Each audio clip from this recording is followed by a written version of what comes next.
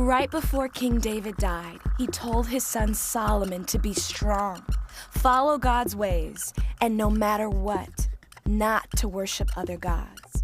Shortly after Solomon took over as king, God appeared to him and said, "Ask for whatever you want me to give you." Worried about following in his father's footsteps, Solomon asked God to give him wisdom, to know the difference between right and wrong. God not only promised to give Solomon wisdom, but great riches and honor as well. The first test of Solomon's wisdom happened when two prostitutes came to him. There was a young child that each of them claimed was theirs. Solomon knew one of them had to be lying.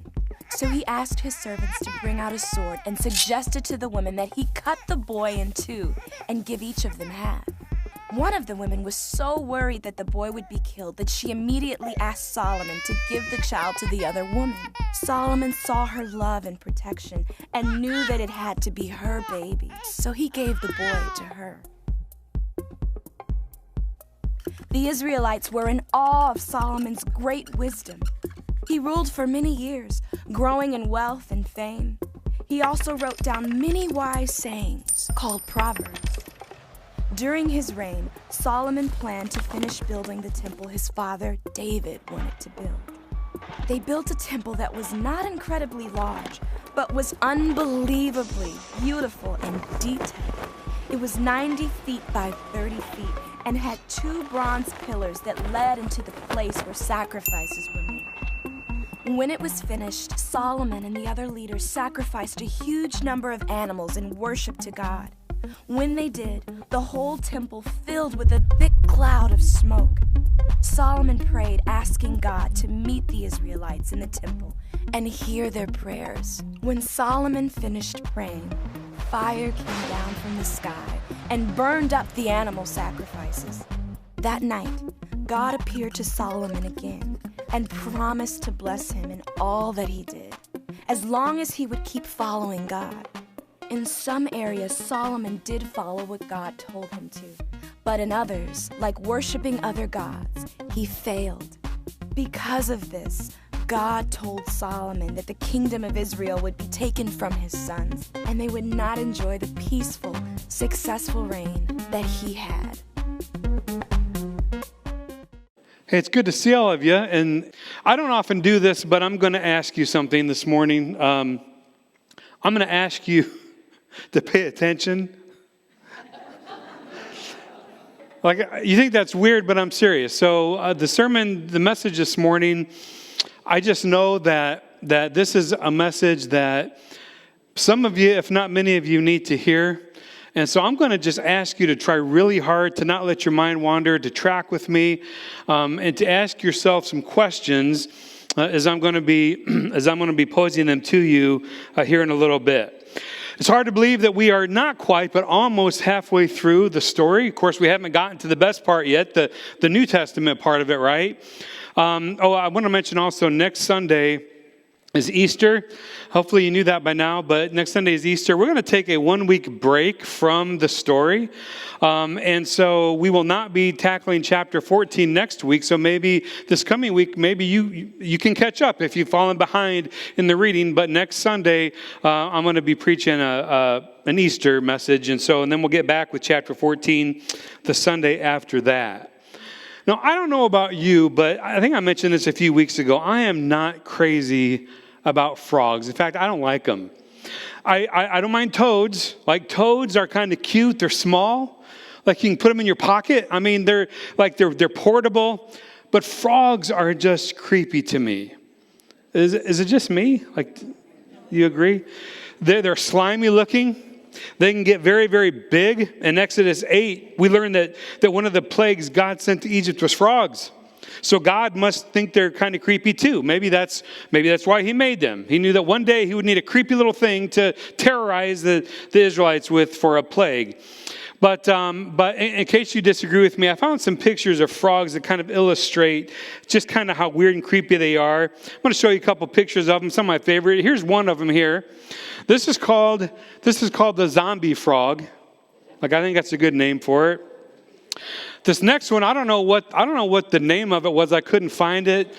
Show the next one, but I don't know. But I'm just going to call it Satan. Yeah, who said that, right? Like this is the Satan frog. Like I don't know what his real name is, but that's what it is. He's the Satan frog. This next one is totally crazy. You see that? That is a Texas monster frog. Like seriously. Like if you like frog legs, you better bring your appetite because like those are some big ones. This one is kind of the weirdest one I saw. This is called, I kid you not, this is called the dumpy tree frog. Not dumping, dumpy, right? The dumpy tree frog. I found another one that is probably the most insidious, most dangerous, most despicable frog, and it's this one. It's the dreaded Kermit the Frog. Like that one just gives me nightmares. I don't know. It is, isn't it? Frogs must not be very smart. You've probably heard how to cook a frog. You put a frog into a boiling pot of water, it'll just jump right out. But if you put a frog in a room temperature pot of water or lukewarm water, gradually you turn up the heat, the thing will start boiling and it won't even know what hit him and the frog will be cooked to death. The frog can't detect incremental changes in their environment. They would react to sudden changes. You drop a frog in a boiling pot again, it's just going to jump right out. But if you gradually turn up the heat, they won't even really sense that anything is wrong until it's too late. Now, that frog story is a metaphor for a person in the story that we're going to be talking about. We just saw the video named Solomon. Solomon was David's son by Bathsheba. Randy Frazee, who kind of conceptualized this story, whole story book, he says in one of his other books called The Heart of the Story, he writes, Solomon was a frog who could jump over any lily pad, who had the blue blood of royalty, who was a frog any princess would kiss, and 700 of them actually.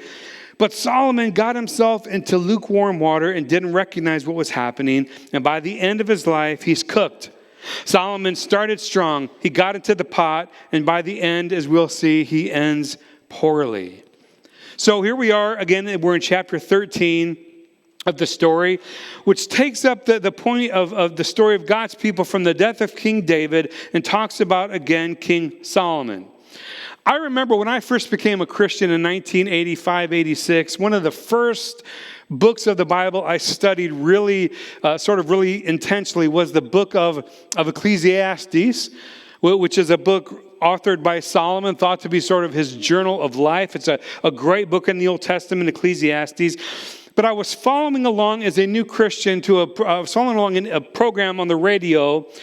The radio, like you had to turn on the radio and wait for the thing to come on the time, and you couldn't just like open up your cell phone and subscribe to a podcast. It was dark. It was a dark time. Anyway, so I'm following along every day with this program on the radio called Insight for Living, Chuck Swindoll, and he's doing this series on the book of Ecclesiastes. And I'll never forget the name he gave for the series of teachings on this book was Living on the Ragged Edge. Living on the Ragged Edge. That pretty well describes Solomon. I want to go back just a little bit to have a brief review. If you are here this morning and maybe you're new or this is your first Sunday and you're wondering what the heck are they talking about, we are going through the entire story, the narrative story chronologically of the Bible, of God's interaction with his people from the beginning to the very end. And if you recall, many weeks ago, those of you that have been following, God had called Abraham to become the father of the nation of Israel. And if you remember, time after time, it was said the mission of Israel was to point other nations, all people, to God. That God was going to bless that nation so that that nation could in turn be a blessing to all the other people. God's desire is for every person to come back to him. And then God gave Israel a land, and God allowed them to have kings. And the first king was King Saul, who failed to represent God. And then God chose David as king. And David, by and large, represented God's will. And even though he sinned grievously, he repented, he captured the heart of a gracious God who was available to everyone. And David became known as the man after God's own heart. When King David was very old, We read in the Bible that he couldn't even keep warm, and so they put covers over him. And David gets old, and it's time to pass the baton to Solomon, the son of Bathsheba. And he is the king who had it all, as the chapter is named. And so Solomon's dad passes the leadership baton to him. And when he does this, the nation of Israel is in great shape. David leaves the nation of Israel in a great shape for Solomon to take over. I mean, they're successful financially. They're military. They're strong. They don't have a bunch of debt. They're at peace with each other and with the world. There's no major war or conflict. Solomon gets bequeathed a great situation. And Solomon starts off as the next king, super, super strong. But when David, his father, is on his deathbed, these are the words that he gives to his son before he dies. David says, I am about to go the way of all the earth, so be strong and act like a man. Observe what the Lord your God requires. Walk in obedience so that you may prosper in all you do and wherever you go. Then page 176 in the story, or 1 Kings chapter 3, God comes to him and says, as we saw, that I will give you whatever you want. Now, if this were you, and be truthful, because we're in church, what would you ask for if God said, I will give you anything? We can probably imagine a few things, but Solomon, I think maybe he was a little daunted at being the king, and he's like, God, I need wisdom to be able to govern these people. I don't know what I'm doing. Please give me wisdom. And so he asks for something, not for his own sake, but for the sake of others. He says, God, I need wisdom so I can govern and lead the people. I need wisdom so I can discern right from wrong. And God is so pleased with Solomon's heart that he gives him wisdom, but he also gives him great wealth and honor. And on page 177, or 1 Kings 3:16, we see an example of this again. And so two women come to him, and they're both claiming they're the mother of this little baby, and they're asking Solomon who should get the baby. And so how is he going to handle this? And so he shows great wisdom when he decides to have his men cut the baby in half and give half of the baby to each alleged mother. And one of the prospective mothers says, "Oh, okay, that's fair." I'm wondering, how did she think that was going to end up? Obviously, the point of the story is that the other mother, who is the legitimate mother, says, no, don't cut the baby. She can have her. Don't harm the baby. And Solomon recognizes, well, you must be the legitimate mother, the great insight into the heart of a mother. But not only was Solomon wise, as we saw, but he wrote down Proverbs for people to read. He wrote down other words of wisdom in Ecclesiastes, in the book of the Song of Solomon, which is a great, interesting book to read. But with the Proverbs, he just puts it all right there at eye level, right? Low-hanging fruit. I'm always amazed at people that say, well, the Bible just is out of touch with reality. It doesn't speak to my situation. I'm like, you've never probably read any of the Bible, but certainly you've never read the Proverbs, because every single one of those is just a guide to living. And it addresses the root of every aspect of life with which we deal. In the story, it lists some of the Proverbs, not all of them. There are 31 chapters to Proverbs. Solomon, it says, wrote most of them, but we see just examples of his wisdom. And so, for example, on page 182, it says Solomon wrote, "Better to live in a desert than with a quarrelsome and nagging wife." That's one of them. Another one he wrote was, and remember, this guy had a lot of wives. He knew what he was talking about. Another one, a complaining wife is like a dripping faucet. So I know, guys, none of us would relate to any of this, but I've heard stories from others, right? But then there are other things that are really, really lesson. Sluggards do not plow in season, so at harvest time they look but find nothing. Saying the lazy people, they don't work, and so they're not going to be able to eat. A little bit down from that, it says, food gained by fraud tastes sweet, but one ends up with a mouthful of gravel. Another one says, gossip betrays a confidence. These are all sort of boiling pots that people get into. Gossip betrays a confidence, so avoid anyone who talks too much. That's a lukewarm pot that we should all avoid. But a great book, Proverbs, 31 chapters. You can read a chapter a day, and you will be so much wiser for it. Solomon did a lot of great things while he was king. Probably one of his crowning achievements was that he built this grand temple to God. David wanted to build a temple to God, but God said, no, David, you're not going. It's a great idea, Dave, but you're not going to do it. We're going to have your son do that. And so Solomon, he builds this great temple, and inside this temple is the Holy of Holies, now where God's presence can rest and can be with the people. After he does that, sometime after he does that, God comes to Solomon a second time. And this time personally says and echoes what his own father had told him. But God says, if you continue to follow me, you'll finish strong. And you'll pass on the kingdom to one of your sons in the same great shape that you inherited it. But if you don't follow me, you're going to get cooked and the throne will be taken from your family.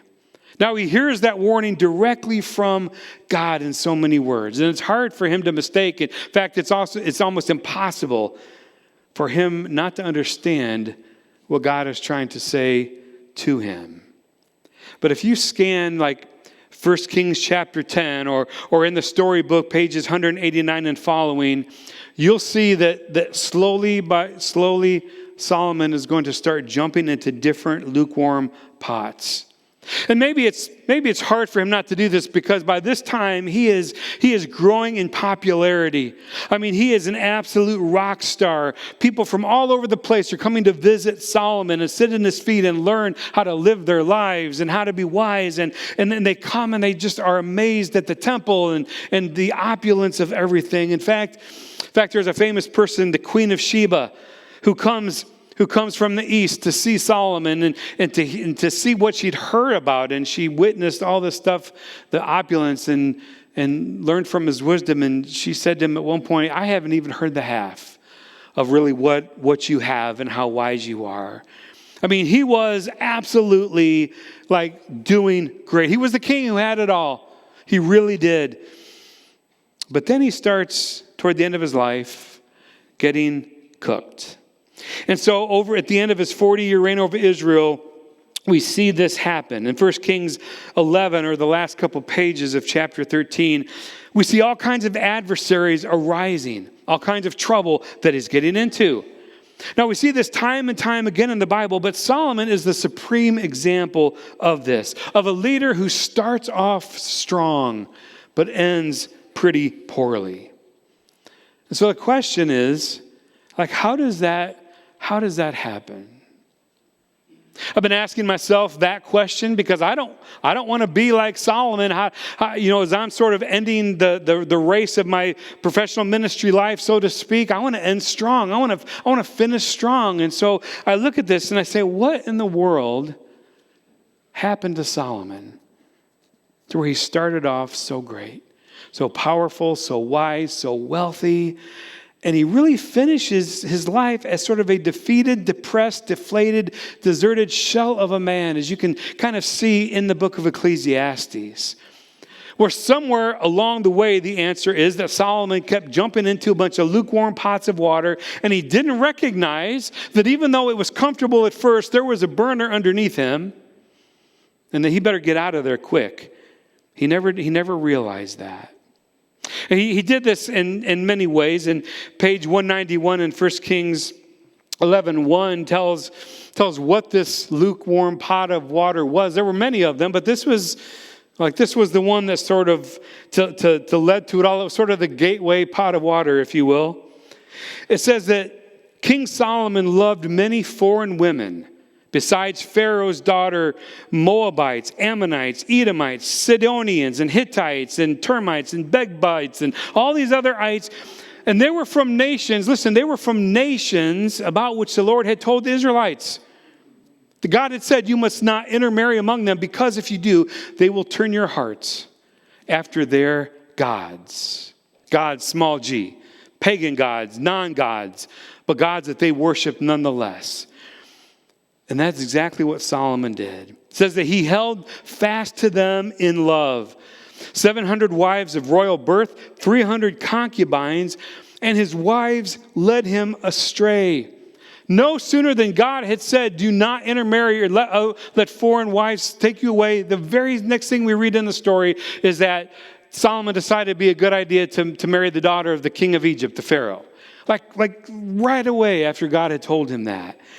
And he did this. It says that he followed Ashtoreth, the goddess of the Sidonians, and Molech, the detestable god of the Ammonites. Molech was a false pagan god. The way that they worshipped him was child sacrifice.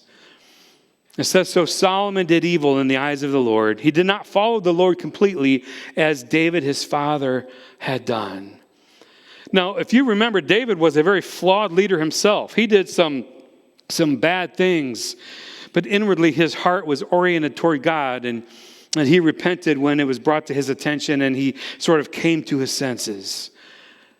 Solomon never really did that. It says, the Lord became angry with Solomon because his heart had turned away from the Lord, the God of Israel, who had appeared to him twice.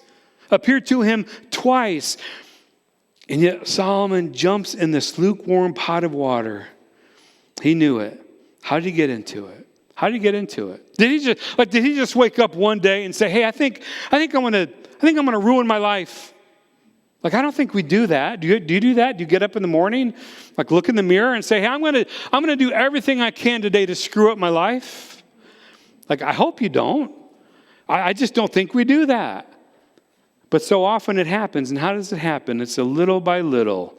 The gradually turning up the heat, turning up the temperature. We think we can handle it. Whatever it is we're thinking of doing or flirting with, we think we can handle it.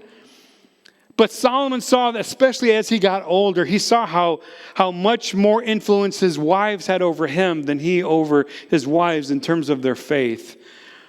And eventually he just became pretty much an outright pagan king who didn't even know the Lord God. Like, who didn't even remember what being a person of God was all about. And he intermarried to false gods. And I will say real quickly, I don't know why, but I have seen this happen so many times as a pastor over 30 years. I see two people who get married. One of them is maybe a committed Christian, and the other person is maybe a non-Christian or just a nominal Christian. Which, by the way, the Bible says don't marry a person who is not your faith. It says don't be unequally yoked. Paul writes that, and that's a very, very real thing, because here's what happens, and I can attest to it as a pastor. 90% of the time, it's not the person who is the stronger Christian who's going to influence the weaker or non-Christian. It's the other way around. It always is that way. And yet they think, well, I can change him, I can change her, and there was this thing called missionary dating, like you would go on dates when you were a teenager or whatever, maybe even a young adult or an older adult, and say, well, he's not a Christian, but I can influence him or her to be a Christian. And yet it just doesn't happen. You don't want to be unequally yoked with a person who does not share your same faith. We just sometimes want to just go along to get along, and the heat is incrementally turned up, and we don't even know it. By the time he gets old, he's weakened. It was too late. Pretty much Solomon was cooked.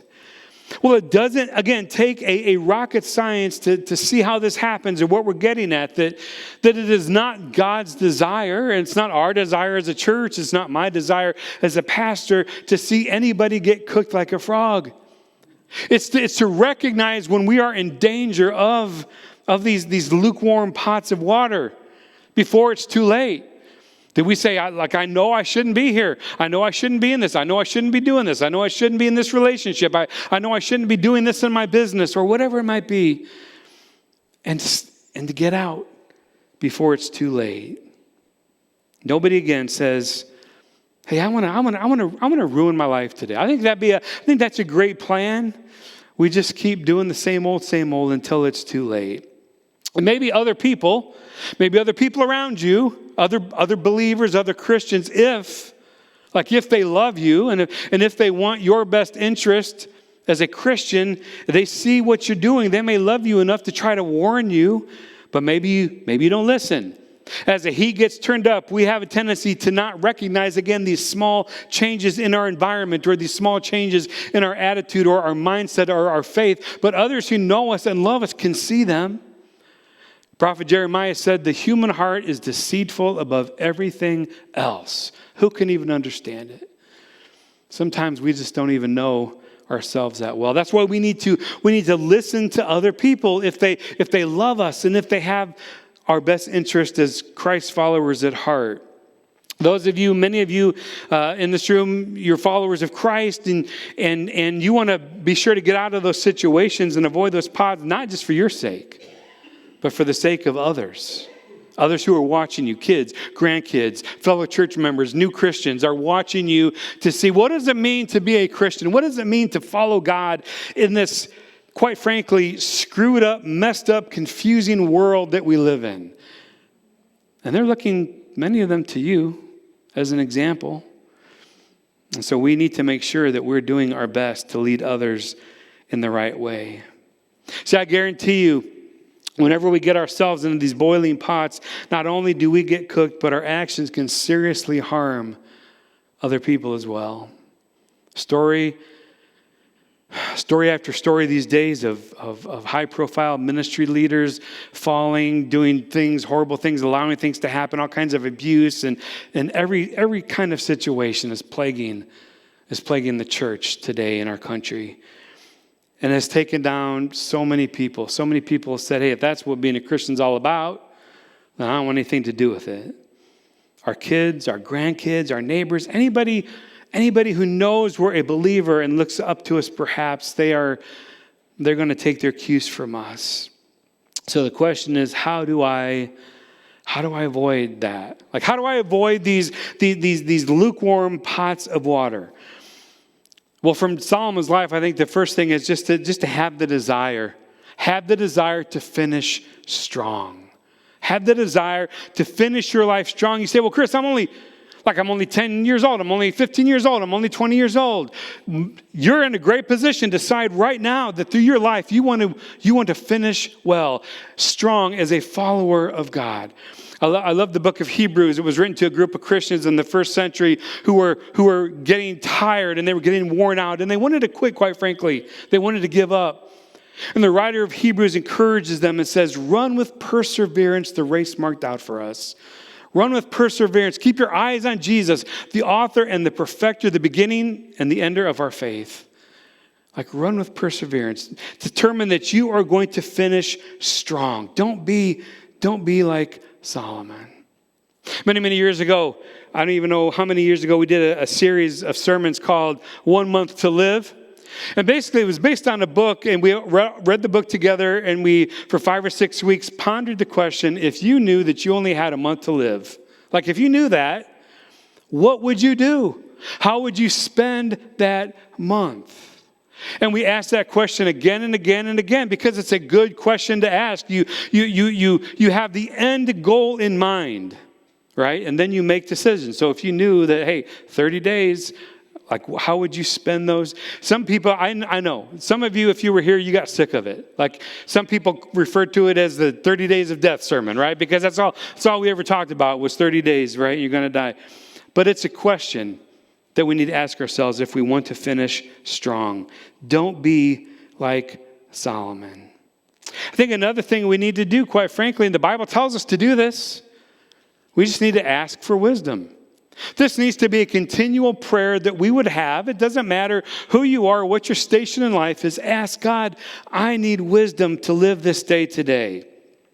Book of James says that if we ask for wisdom, God will give it to us generously or unreservedly.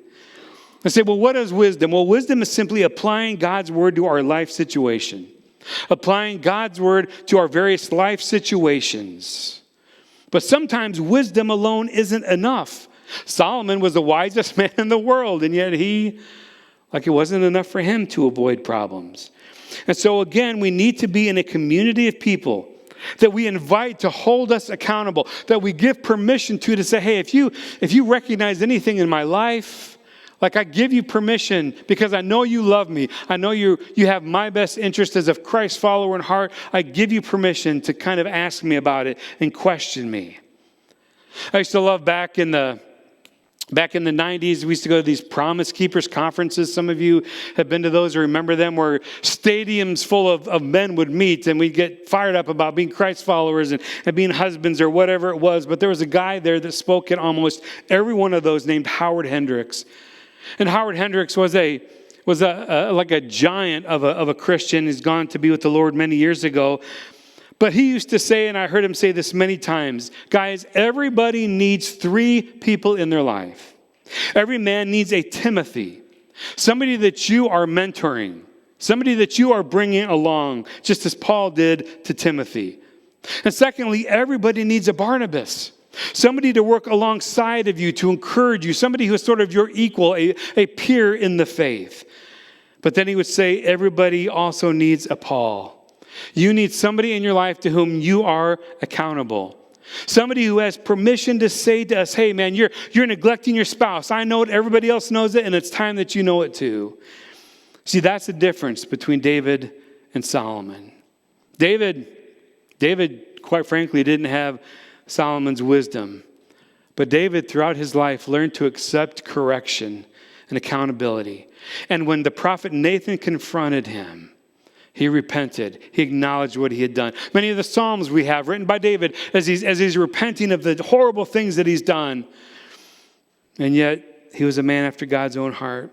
You read the book of Ecclesiastes, Solomon's journal of living on the ragged edge. And you get the sense that he considered himself to be a man without peer, without friend, or without mentor, a lonely man. Nobody said to him, hey man, you're blowing this. Like you need to see what's going on here. He wrote such things like Ecclesiastes 4:8. And he's speaking of himself. He says, I saw that there was a man all alone. He had neither son nor brother. There was no end to his toil, yet his eyes were not content with all of his wealth. 2 are better than 1 because they have a good return for their work. If one falls down, his friend can help him up. But pity the man who falls down and has no one to help him up. Solomon, he didn't have anybody to help him avoid falling down, but he also didn't have anybody to help him get up. Proverbs 13:10, he wrote, wisdom is found in those who take advice. We are all incredibly skilled at being masters of self-deception. Like we think that, again, we know ourselves so well, but so often I have seen it time and time again in my life, the life of others, we don't notice these sort of incremental changes. So you need to have people in your life who will help you see things maybe when you don't. If you're married, for example, first and foremost, this ought to be your spouse. They know you the best. They know the good, bad, the ugly, and everything in between. But you also need close Christian friends. You need a Christian community of people. That's what we try to be as a church. We're a community of people who love one another, who are committed to helping each other follow God as best as they can. We need that in our life. And every person needs that.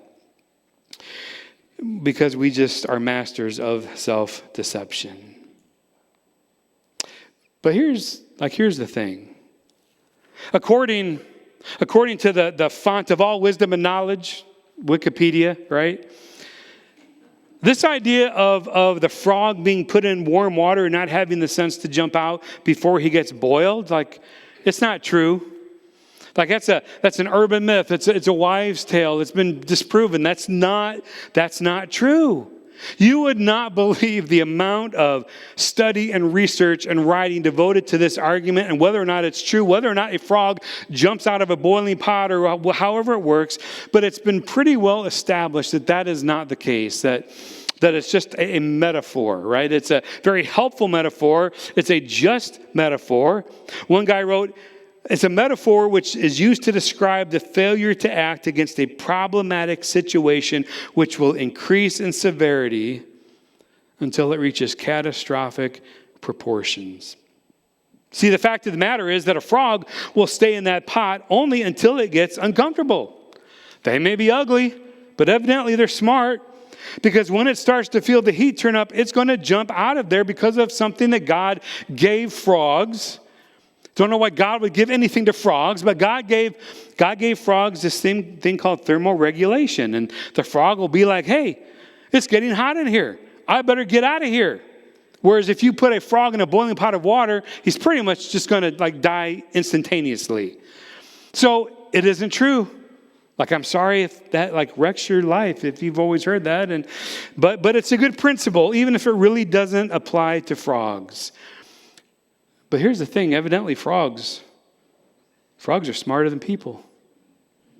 How could this be? I bet you, in fact, in the frog world, I bet you got frog parents talking to their children about, hey, don't be like them people.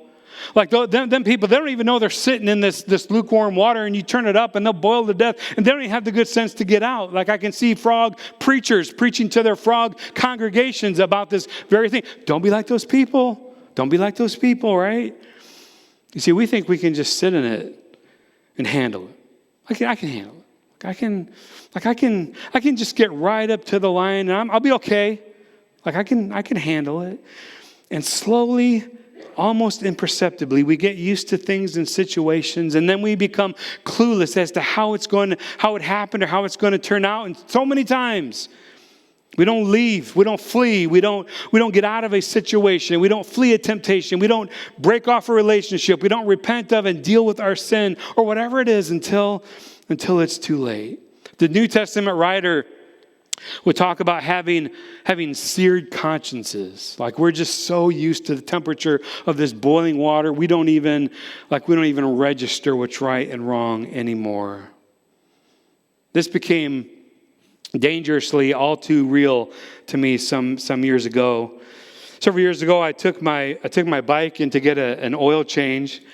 I'd only had this particular motorcycle for a couple of years and didn't have a whole lot of miles on it, but I had bought it used, and so I took it into my mechanic, a guy named Dwayne. He did the oil change, and he's kind of looking it over, and he calls me over there, and he says, Chris, he said, you need new brake pads right now. I said, I'm fine. I hadn't gone on that many miles on it, and it didn't, it stopped fine. I got here. It's not a problem, and I can't really afford brakes right now. Just do the oil change, and I'll take care of the brakes later. He said, no. He said, I'm not going to lower it off of this lift or whatever he called it until you tell me to put brake pads on it. I can't ethically let you ride this motorcycle. And I'm like, no, I'll be fine. Because in all of my vast motorcycle repair experience, I knew, right, that this would be okay. And he's like, no, you can't do it. So I'm like, okay, fine, put brake pads on, whatever. And I couldn't believe it. But he said one day, pretty soon, I would go to brake and there'd be nothing. He said, Chris, you have an infinitesimal amount of pad left on your front brakes, and your rear brakes, there's nothing. It's metal on metal. I said, well, okay, I guess put them on. I just had gotten used to poor braking performance, I guess. I didn't notice, little by little, the heat being turned up. So I had them put them on. And let me tell you, the first time as I'm riding away, the first time I put on the brakes, it stopped so sharp, I about flew over the handlebars. I really did. It stopped so quickly, so efficiently, and so well, actually. And I had gotten used to it. But it was a good thing that I had those brakes put on. Good thing that he warned me of the slow fade in my braking situation, because a couple of weeks after that, kid you not, I was riding in Lansing, and I never did this, but for some reason that day, stupidly, I took my eyes off the car in front of me as we were approaching an intersection for a split second. I assumed the light would stay green and traffic would continue to flow, but evidently the light turned red and he stopped. And as soon as I took my eyes off whatever I was looking at and put them back on him, it was too late. And I jammed on my brakes locked up, and I just fell straight over on my side. And I was out for, I don't know, maybe 30 seconds or a minute, and then I came to, and luckily I had a helmet on. If you ride a motorcycle, wear a helmet. Like some of you don't want to hear that, I don't care, wear a helmet. If Solomon were writing Proverbs today, he would write, thou musteth wear a helmet at all times. Anyway, so I had helmet, I had an armor in my jacket, whatever, but I had a bruised lung, I had a punctured, or not a punctured, but a bruised rib, and it hurt a lot. But I want to tell you, if I had not had those brakes put on, I would have not stopped, and maybe they would have fallen. Even if they didn't fail totally, they would have not stopped me in time. I'd have hit that guy going 45, 50 miles an hour, and I'd have probably gone flying over the car. It was a slow fade, but I didn't notice. That's what it's like. It's what it's like in the pots of lukewarm water that we find ourselves, that we don't understand, that we just need to jump out of that pot. We need to recognize when we're in trouble. We need to recognize it because there's still time to do something about it. So sadly, so much of what Solomon wrote about was simply, hey, don't do the stupid things I've done, right? Learn from my mistakes. Parents, how many times have you told that to your kids? Hey, listen, learn from my mistakes. They don't want to do that. They want to make their own mistakes. And I guess they have every right to make their own mistakes. But Solomon's like, listen, I've been there. I've seen it all. I just don't do these things. See, David, again, repented. He realized he was heading in the opposite direction of God's will. And when he was confronted, he woke up. He realized, he repented. Solomon, to tragic effect, didn't really do that. He didn't really do that. We're going to see in a couple weeks the result of Solomon's failure to apply the brakes to a slow fade from God was a divided kingdom, a divided people of God. See, God said to David and to Solomon, David said to Solomon, obey so that it goes well with you. And that's what we need to do. We need to obey God. At the very end of his diary, the book of Ecclesiastes, Solomon, he kind of concludes for us this big lesson from his black box, so to speak, of what happened in the wreck of his life. And here's what he has to say. He says, that's the whole story. That's the whole story. Now here's my final conclusion. Fear God and obey his commands, for this is everyone's duty. Fear God, obey God. That's not what we want to do. You say, well, I thought the purpose of my life was to make me happy. No, the purpose of our lives is to obey God. And when we obey God, then we will be happy. I thought the purpose of my life was to satisfy all the urges and follow my feelings wherever they might lead. No, the purpose of life is to put your trust in him and to do what he has asked you to do. See, the big deception of Satan these days is that he's convinced so many people and so many of us from time to time that, hey, the good life, the fun life, the best life isn't following God. It's following your feelings, following your emotions, following the crowd, following whatever. And yet we know from our own lives, we know this, that following God will always lead to good things. Not following God will lead to bad things. And so this morning, I asked you to pay special attention because I know that right now as we speak, there are people, maybe they're watching, maybe they're here, and maybe you've kind of sensed, hey, things are getting a little hot. Maybe you're doing something, you're involved with something, whatever it might be. And you've got warning signs flashing that you need to get out of that pot, and yet you don't want to do it. I'm gonna beg you. Like, and if you're not sure, you talk to somebody that knows you. Like, I'd love to talk to you about it, whatever it might be. But if you are involved with something, if you are making decisions as a Christ follower, and it's not in obedience to God, then you've got to stop. The good news is, Solomon gets to the end of his life. He acknowledges God, even though it's not fully how we would like. And yet it's not too late. It's never too late to say, God, would you help me with this? Would you give me wisdom? Would you help me to leave this or quit this or do this or not do this or whatever it might be? God, would you help me to get out of this thing that I'm in because I want to walk in obedience to you? I know without a doubt that there are people here who need to make such a decision. And I'm just going to challenge you. I want to challenge you to get real with yourself, to get real with God, and to maybe do some things that you don't want to do because you want to be obedient to God. You want to finish your life well. Not only do you want to finish your life well, but you want to live your life from now until then in between in a way that's going to honor God and which is ultimately going to lead to the good lives that we all want.